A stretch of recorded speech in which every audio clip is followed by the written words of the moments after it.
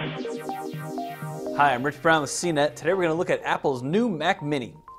So this is the $799 Mac Mini config, but it also has a $250 upgrade to Apple's new Fusion drive.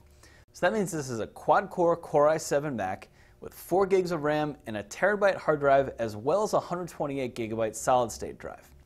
Now, aside from the Fusion drive, there's actually not that much different about this new Mac from the last version.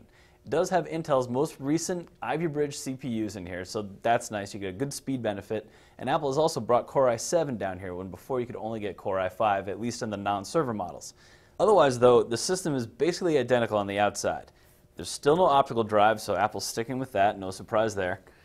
And on the back, the ports are exactly the same. You've got Power, Ethernet, FireWire 800, HDMI, Thunderbolt, 4 USB ports, audio in, and headphone out. You also have the SDXC card slot. Now, there are actually some interesting things here. Now, these are USB 3 ports, not USB 2, so it's a lot faster than the previous version, and that's nice. The Mac Mini also now has some ports that you won't find on the new iMac, specifically the FireWire 800 and the 2 audio ports. There's only a single audio port on the new iMac. But the big technical difference with the system really is the Fusion drive.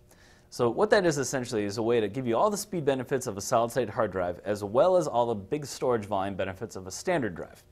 Now, there are some other similar hybrid hard drives out there that work in a similar way, but the way Apple has it set up is that it's really kind of a seamless process with Fusion. The idea is that Fusion will automatically speed up access to your files that you use most frequently. I found in our testing that it actually works pretty well, especially with file writes.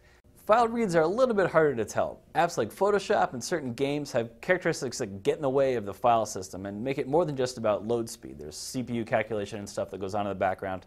So Fusion can't always be as effective as maybe you want it to. It's also kind of a pricey upgrade. It costs $250 and it pushes this $799 config up to $1,049. That's pretty expensive for a Mac that's generally considered to be a budget priced option.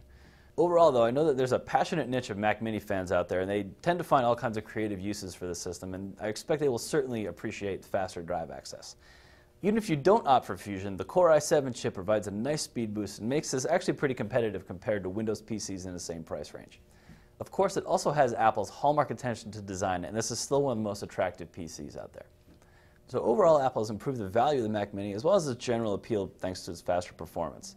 Fusion drive is also a nice touch for the enthusiasts who might want it. So I'm Rich Brown. This is Apple's new Mac Mini.